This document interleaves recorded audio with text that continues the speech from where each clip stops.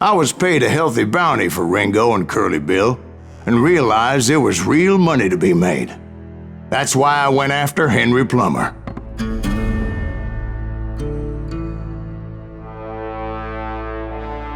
Now, wasn't he the sheriff who augmented his income by shaking down miners and robbing gold shipments? That's the one. Oh yeah, I remember him. He ran that gang of thieving outlaws called the Innocents. So it's true that you went toe-to-toe with him?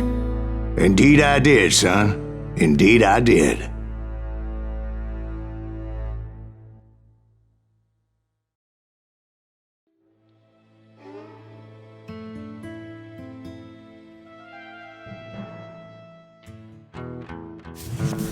I knew I needed resources if I was going to track down Roscoe Bob Bryant, and hunting Plummer looked like a good way to get rich quick.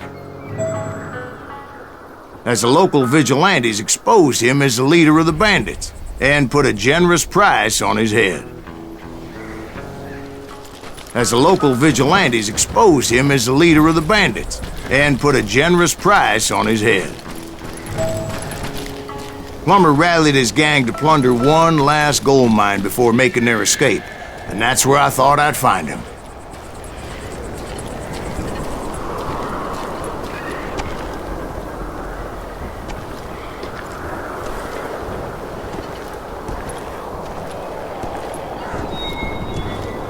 It makes me nervous standing so close to all these goddamn barrels of gunpowder. Why would you be nervous? No one has the cojones to come after us. As long as you don't light up a cigar, we're fine. Besides, George is up there on the rocks with that rifle. As my late father pointed out to me more than once, God made men, but Samuel Colt made them equal. Who the hell is that then? Don't let him get a shot off!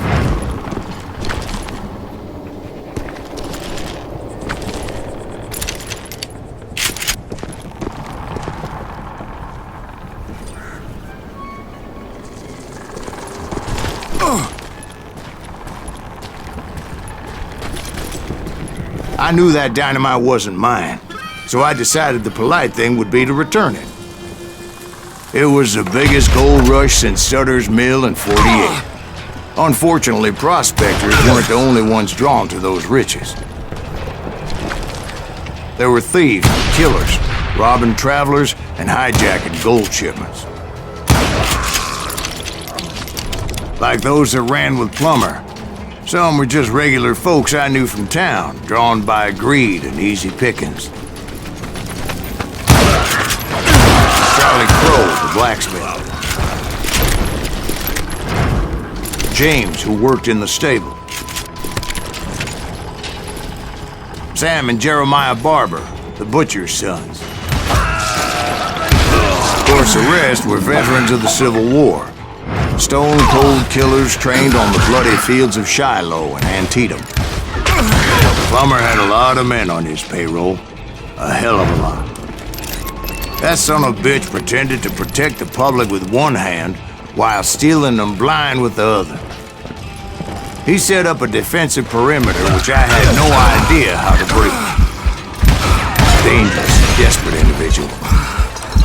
I was outnumbered and in way over my head. But I was too damn stubborn and stupid to realize it. They must have thought I was touched. I thought I was some kind of hero.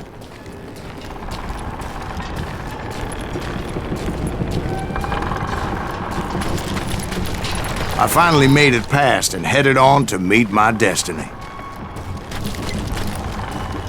But first, I had something I needed to figure out.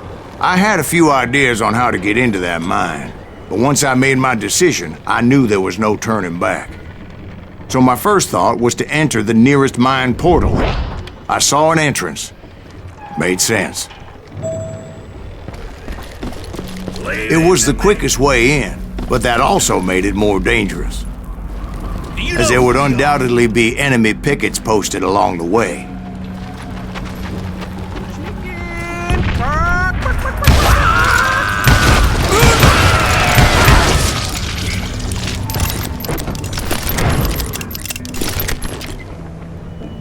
You're done.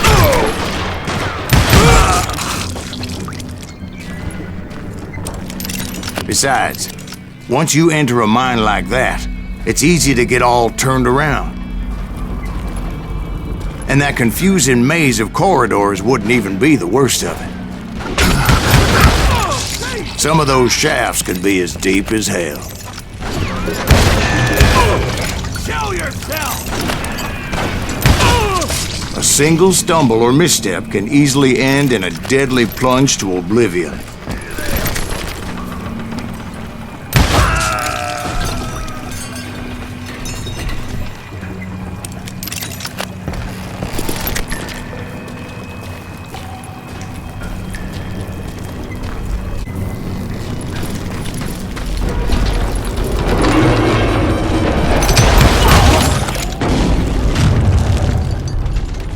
I would just need to be careful not to blow myself to kingdom come.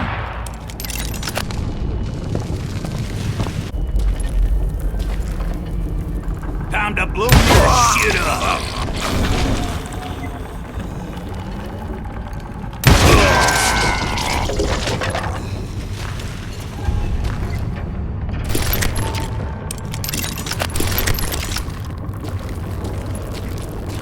One wrong bullet could have turned that mine into a dad-blasted tomb.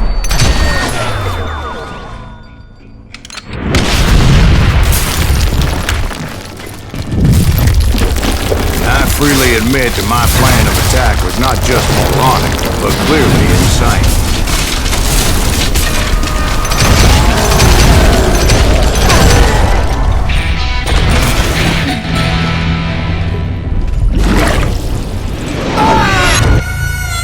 It's a good thing that I abandoned that dead. I spotted a ladder, a way into the mine from the opposite side.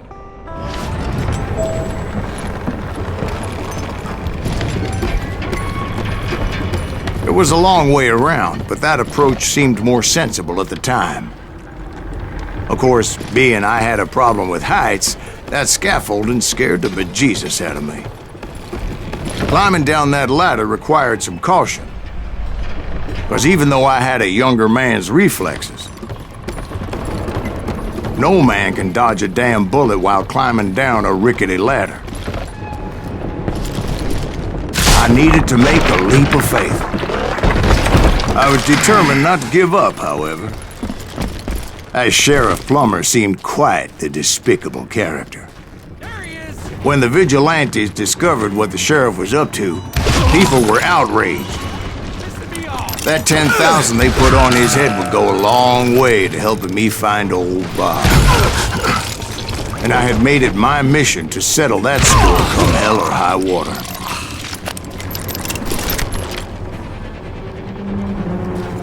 But first, I would have to make a choice.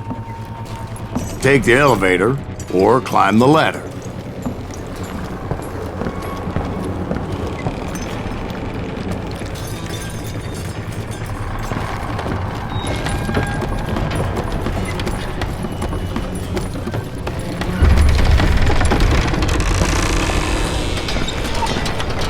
I wanted to use the element of surprise. Plus, I figured I could use the exercise. I was warmed up already, so what the hell?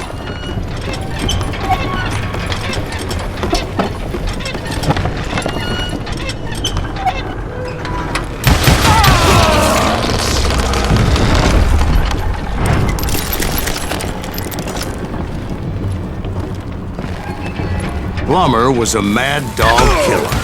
And the people of Nevada City deserved better. Nevada City? Well, I thought Plummer met his maker in Bannock, Montana. Right, well, he was the sheriff of both places at one time or another, but that's neither here nor there. The point was, taking him down would save a lot of lives, including my own.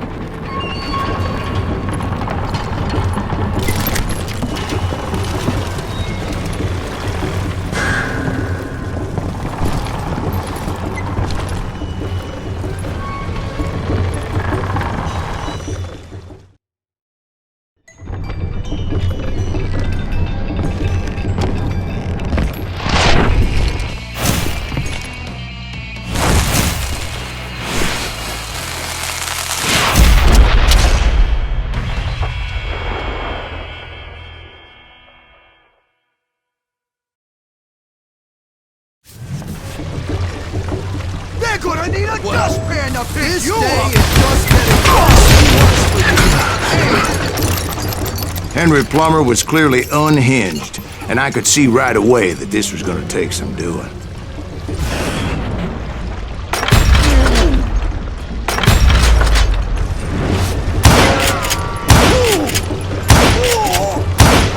You can shoot, but can you aim?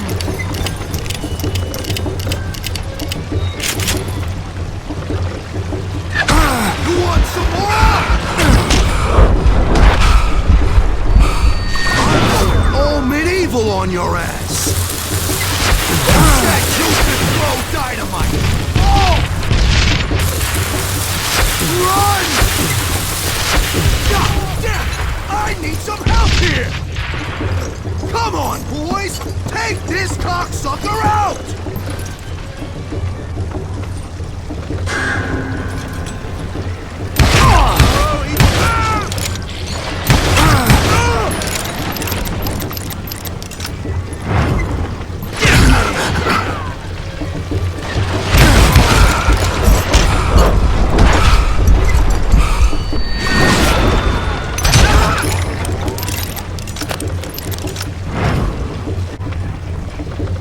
They're gonna bury you in a million pieces!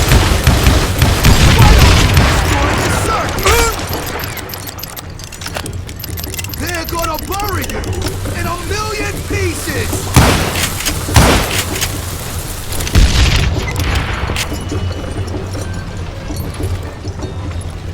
You ain't taking me! Run! Bastard!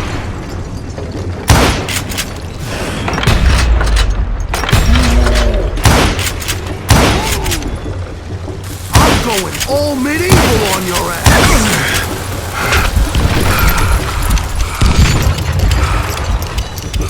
They're gonna bury you in a million pieces!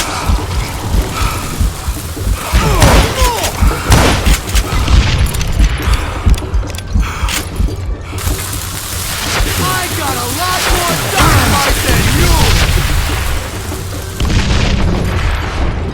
So that's how Henry Plummer died. Him and his crew were worth their weight in gold. And now, I was officially a bounty hunter.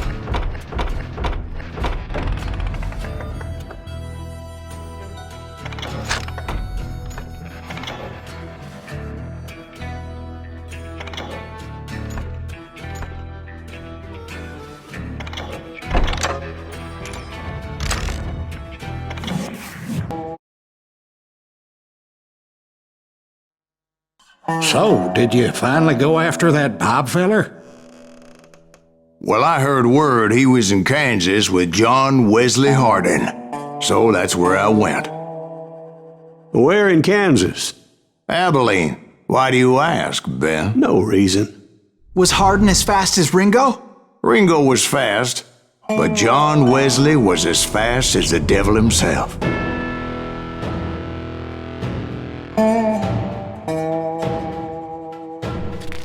Hell, he killed his first man at 15. From that day forward, he had a price on his head and wouldn't back down for nobody, not even Wild Bill Hickok himself.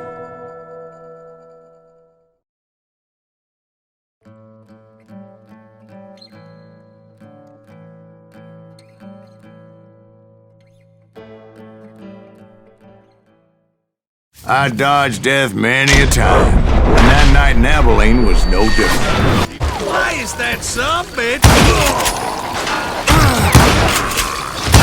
I was there with the intention of finding that bastard Bob and collecting the bounty on John Wesley. You'll die for this, you hear me? Watch where you're shooting.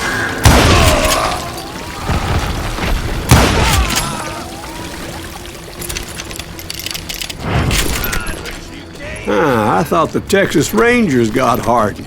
Yeah, that's what they want you to believe. It was colder than a witch's tit and a brass bra that night as I fought my way past his loyal compadres. to the very same saloon we're sitting in today. Look around and imagine this place painted in blood. Hardin was waiting for me, and...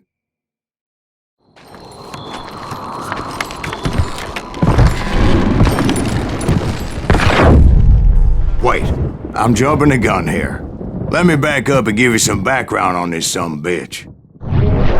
He deserves that much. Don't you think so, Ben? John Wesley Hardin was a killer. By the end, he confessed to taking the lives of 42 men. He was a bona fide folk hero by then, and had amassed a gang of armed miscreants and other assorted thugs. He and his men set up camp outside of town, and I was hoping Bob was among them. Shoot that son of a bitch! They didn't ask why I was there. They knew, as most of them were wanted as well. I figured Hardin was here somewhere, but to get to him, I'd have to get past his gun hands. And that was easier said than done, as most of them were as foolish and full of bravado as I was. I had to spill a lot of blood to find out Hardin wasn't in that camp. He was carousing in town with his closest friends. Hardin's boys apparently didn't want me to reach the Bull's Head. Some were hightailing it into town to inform their jefe of my unwelcome presence.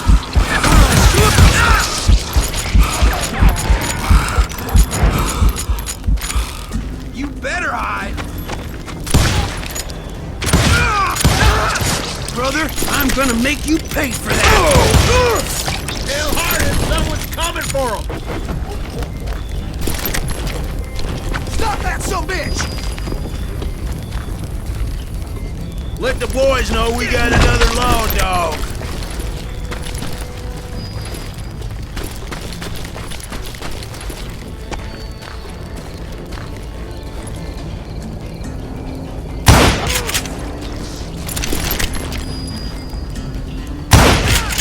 I wondered if Bob was among them.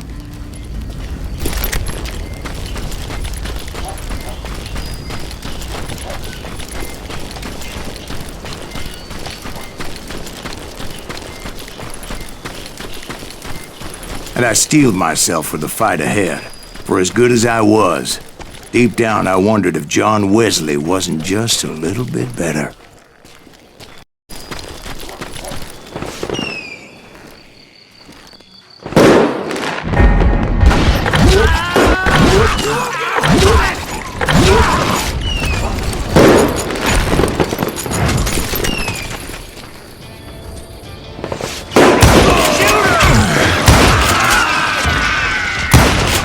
I didn't learn until later that that night was in fact his birthday celebration. Can't get a good shot at him.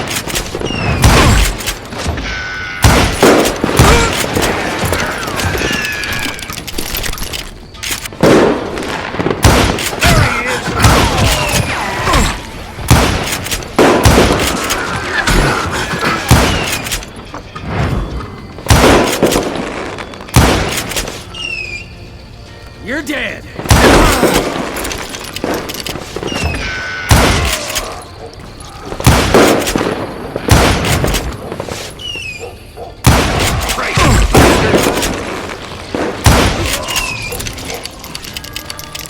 I think I already mentioned that I found Hardin in this very saloon.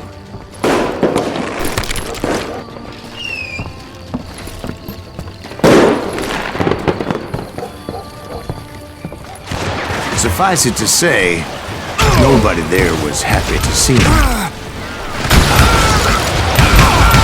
He's out of his mind! In fact, I felt a certain hostility.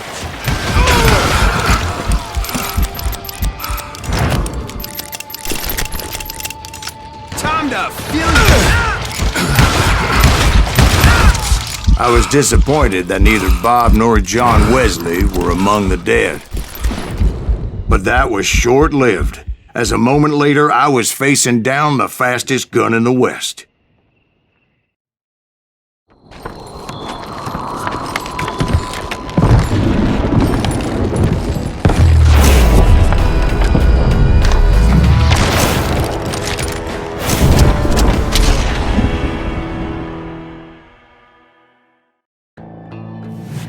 I felt a bolt of adrenaline. Or maybe that was fear. He was well known for his tricks, and I knew I'd need my own if I was ever to defeat him.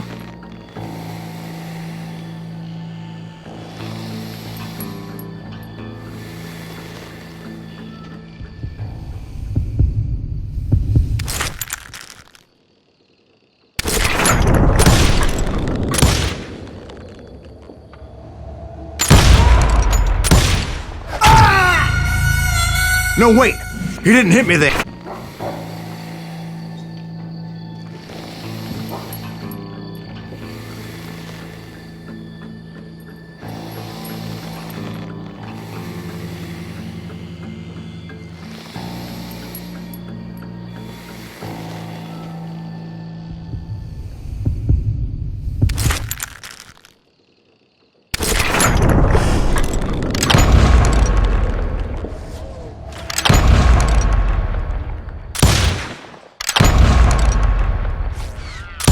That man was faster than greased lightning. But being inebriated as he was, he didn't count his shots. And now, he was at my mercy. So he didn't die? No, I sent him to prison. Years later, after he was free, some restless Avenger took his life. Shot him in the back in a saloon just like this one. Anybody up for another beer? Ben?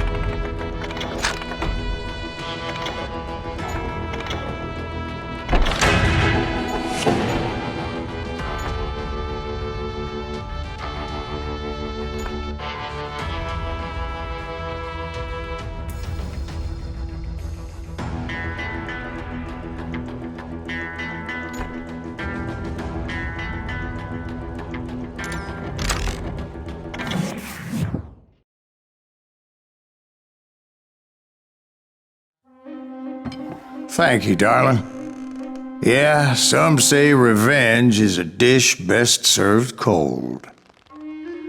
So whatever happened to that Bob guy you were after? Personally, I'd like to hear some of your other adventures. Like, I don't know, did you ever go toe-to-toe with a red man?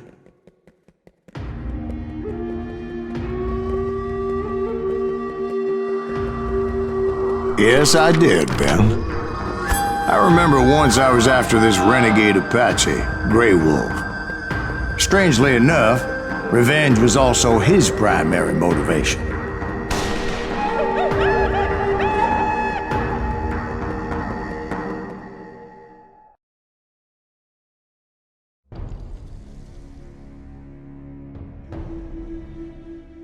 A bounty was put on Grey Wolf's head, and that's how I came to hunt him in the mountains.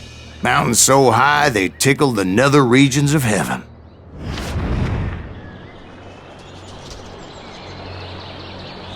Grey Wolf was a Chiricahua Apache medicine man who had led a war party in revenge for a massacre against his people. The U.S. Army had attacked his tribe during his daughter's sacred sunrise ceremony, and the slaughter was unspeakable. I understood his anger, as there's nothing more traumatic than seeing those you love die in a cruel and painful death.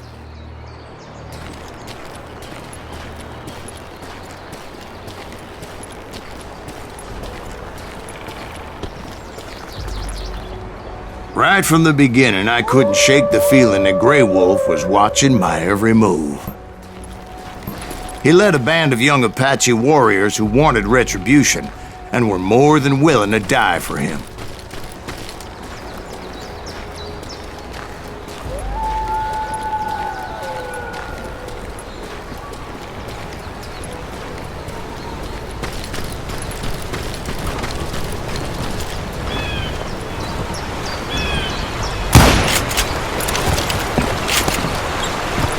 They saw me before I saw them.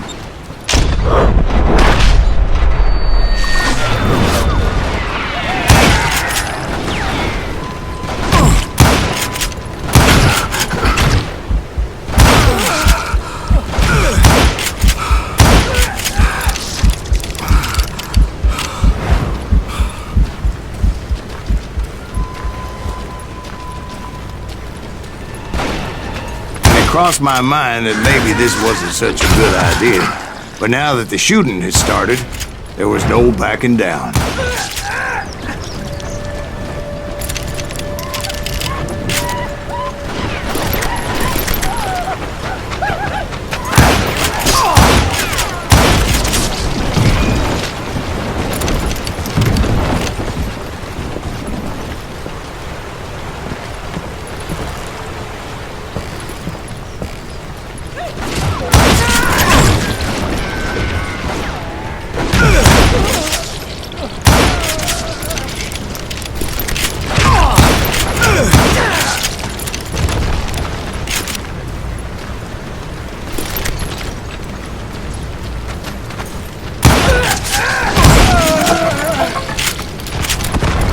It was rugged country, the winter home of the Chiricahuas, and that's why they had retreated there.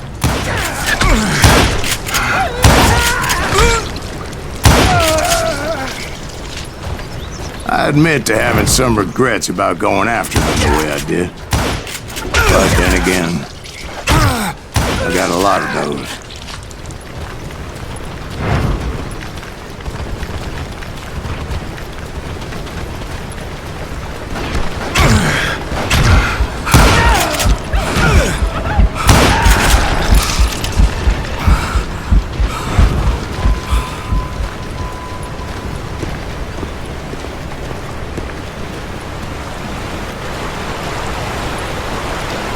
Find Grey Wolf? Not at that moment, but I did find the entrance to their hideout.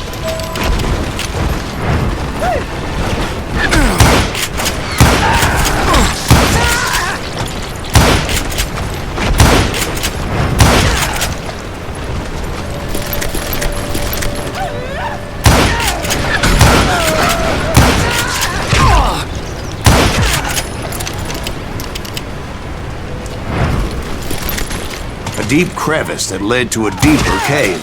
Don't tell me you went in there. Yeah, but it's not out of bravery so much as pure, angry cussedness.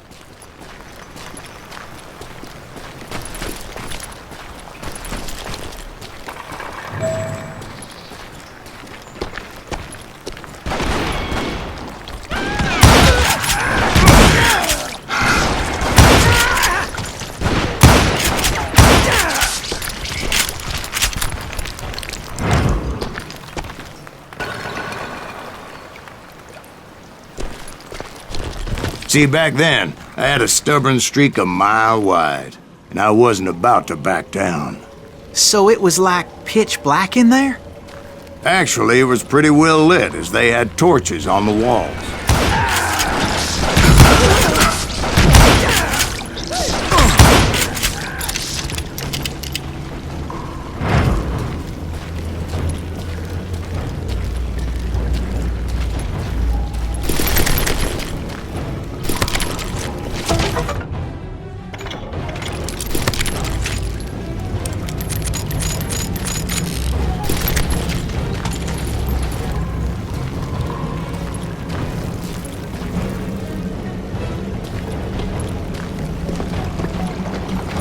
How big was this cave? Big as hell, Ben. Chiricahua had hid out there during the Indian Wars.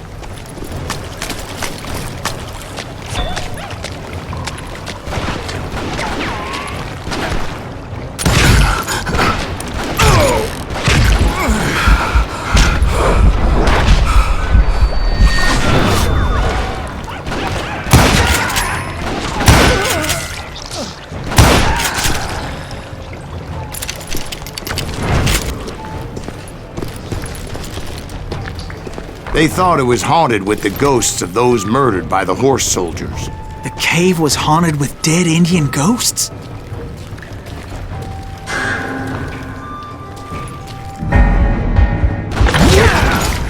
To be honest, I was more concerned with the live ones than the dead ones.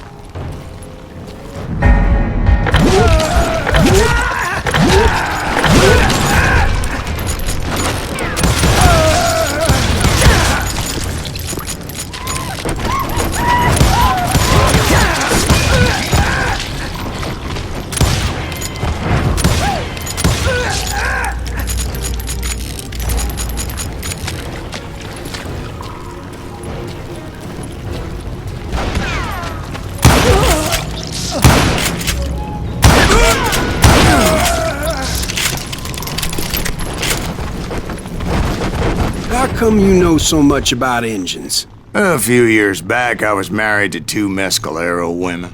At the same time? Yeah, they were sisters. Polygyny is traditional among the Mescalero. So what happened? Oh, I had to get out of there. Those girls never shut up. Both of them nagging at me all the time. Drove me half crazy. Haven't seen them since. No, I mean, what happened with Grey Wolf? Oh, well, I pursued him into the Cave of Death.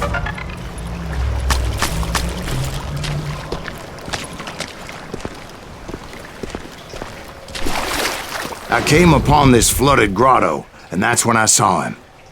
He came to me unarmed and unafraid. His voice echoed in the shadows, and I sensed he meant me no harm. You carry great darkness in your heart, and if you do not release it, it will claim your soul. The sound of his voice put some kind of ancient Indian spell on me. As his story unfolded in my mind, You will come to this place again and kill many more men, and the darkness will grow until it consumes everything that you are.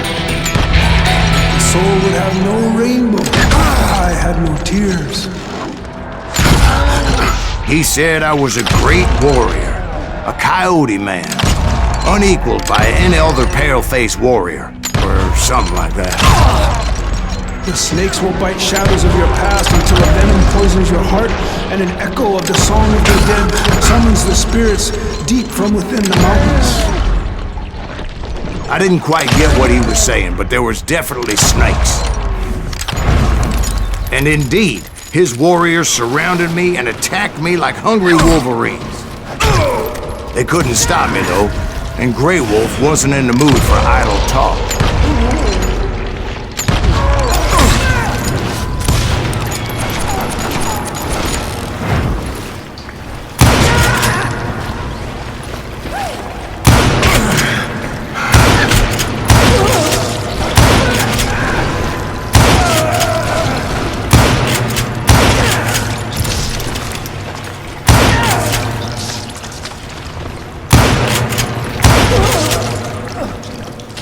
I swear I couldn't see any way out of this trap. But suddenly, one just appeared. Kind of like a miracle.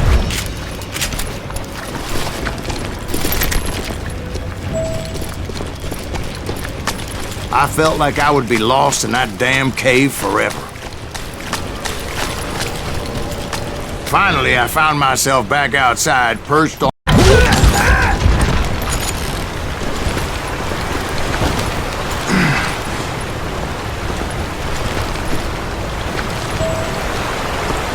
I chased after him, determined to make him explain the meaning of all that mumbo-jumbo.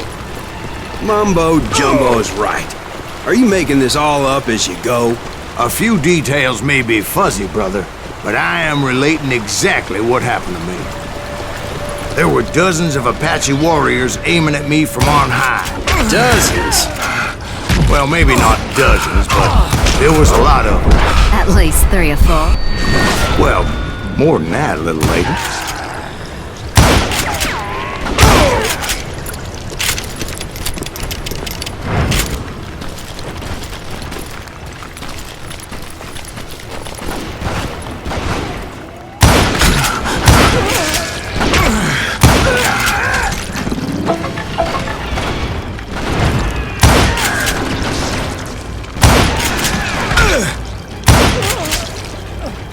I had a steep climb up creek ahead of me and scrambled up those rocks like a mountain goat.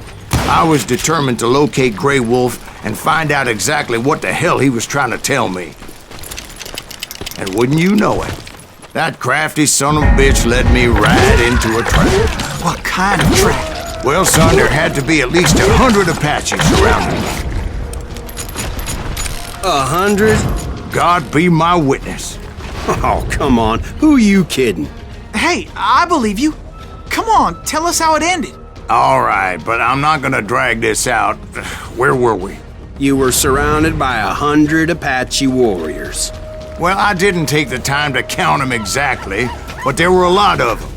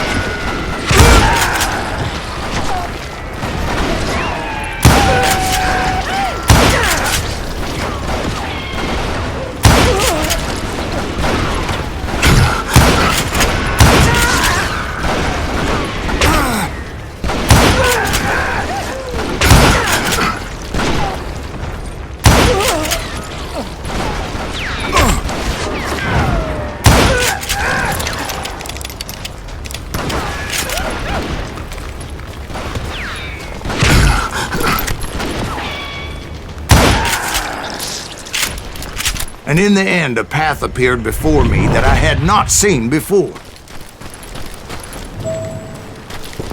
I followed it as I desperately needed to find out what Grey Wolf was trying to tell me.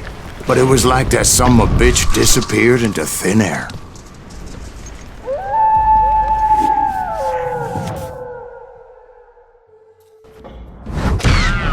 Never did find him. And never did collect my goddamn bounty.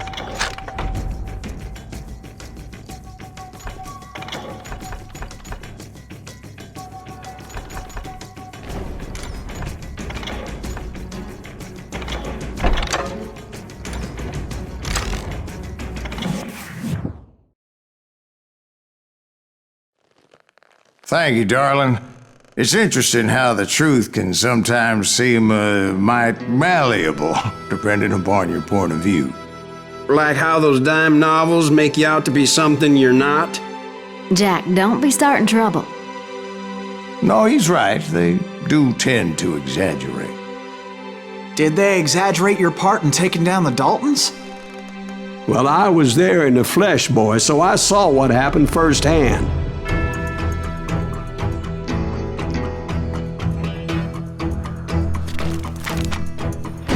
Those Daltons were lawmen once, before they all went bad, robbing banks and trains clear across the territory. Until Coffeeville, of course. I was one of the citizens who took up arms that day. Fighting on the side of right? I did my best, sir. We all did.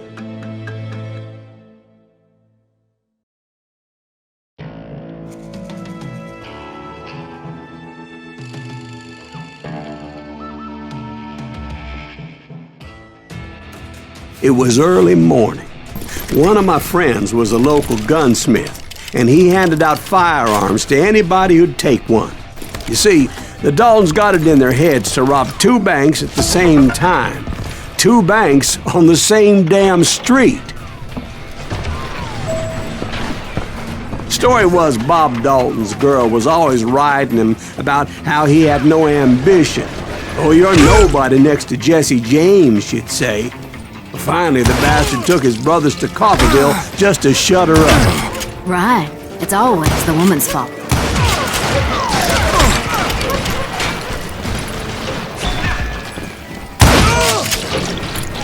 Well, the locals recognized the Daltons right off.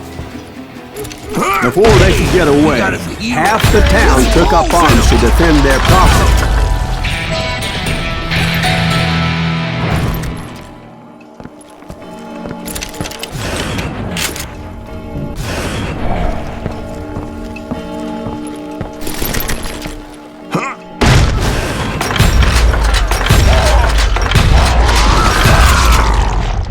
The brothers paid dearly for their stupidity, but everybody knows they had it coming. There's more to it than that.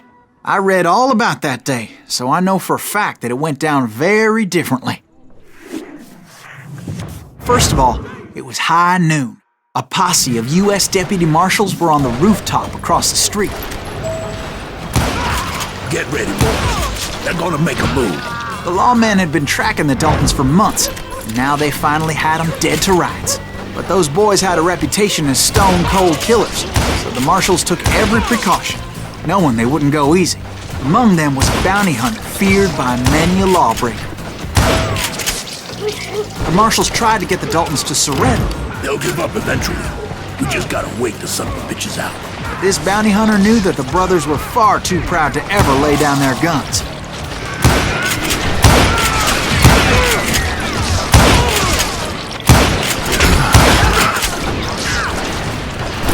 He went in there alone to confront those criminals. One of the marshals shouted, "Where are you going? Are you crazy?" Hey, where do you think you're going, dumbass? That rifle's mine. But he paid him no mind. He saw a way to get around to the back of the bank. Then he figured out how to hit the Daltons from a direction they weren't expecting.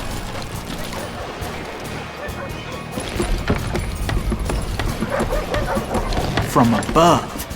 Fortunately, a water tower was right there.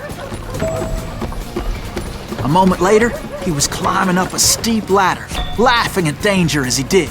It was brave men like him who risked their lives to tame this wild country.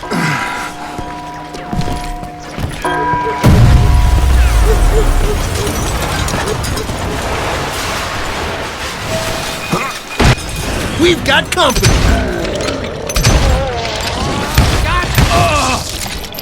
Heroic men like him, who did what other men couldn't or wouldn't to make this country free. Like Jim Bowie and Davy Crockett, who died defending the Alamo. Is that Silas Greaves? Son of a bitch!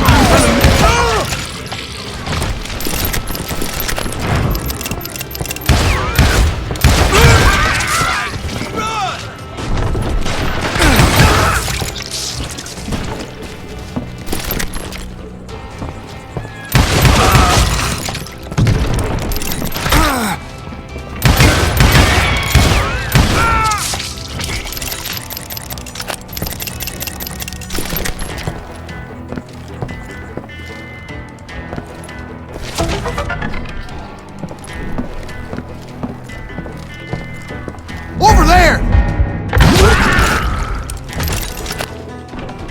That's Silas Greaves! What the hell? Blam! Blam! He came away victorious, taking down those thieving Daltons.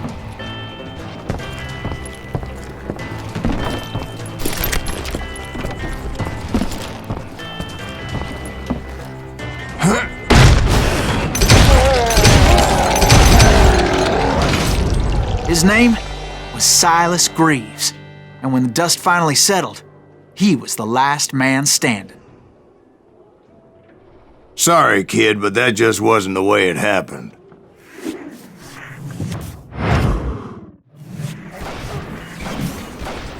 It was early evening, not high noon.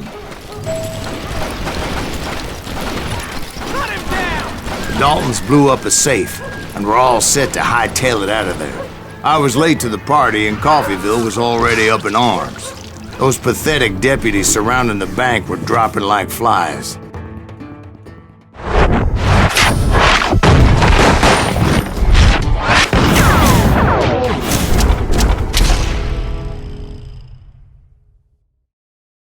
I had been tracking those jokers for months, waiting for them to do something reckless. There he is! And finally, they did. Those stupid bastards decided to rob 2 banks at the same time in the same town where everybody knew them. But they still had friends in Coffeyville. Waste your bullets. Go ahead.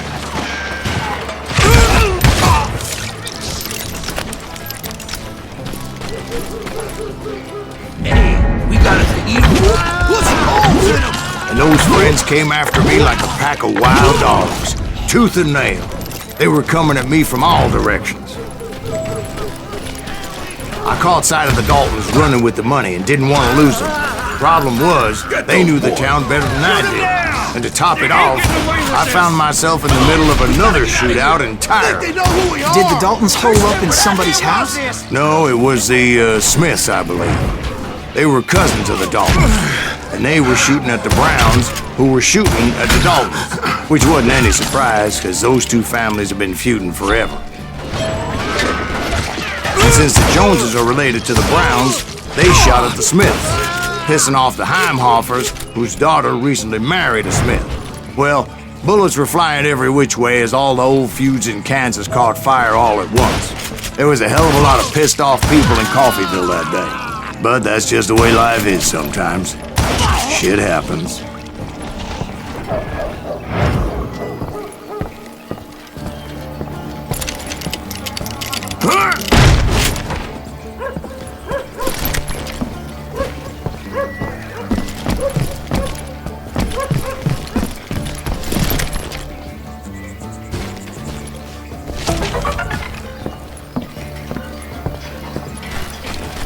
The Dalton boys knew I would never give up.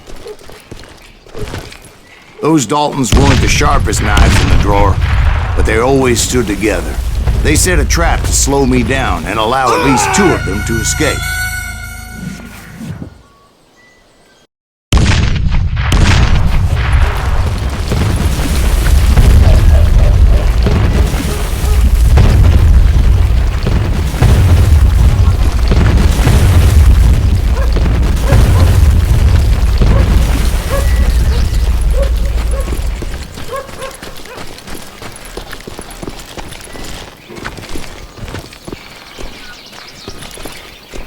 It was Emmett, the youngest, and he decided to stand his ground and face me down. I ain't afraid of you, Silas Greaves. This is where it ends for you. He was determined to protect his brothers. I understood how he felt. Taking me on all by his lonesome wasn't exactly a recipe for a long life.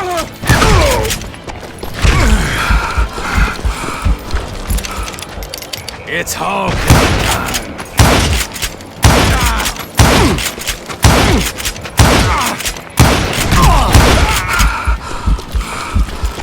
Gonna send you to the bone orchard.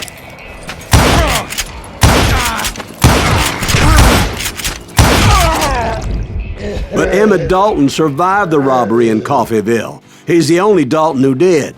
They say he was shot 23 times. Well, Dwight, who do you think put all those damn holes in him?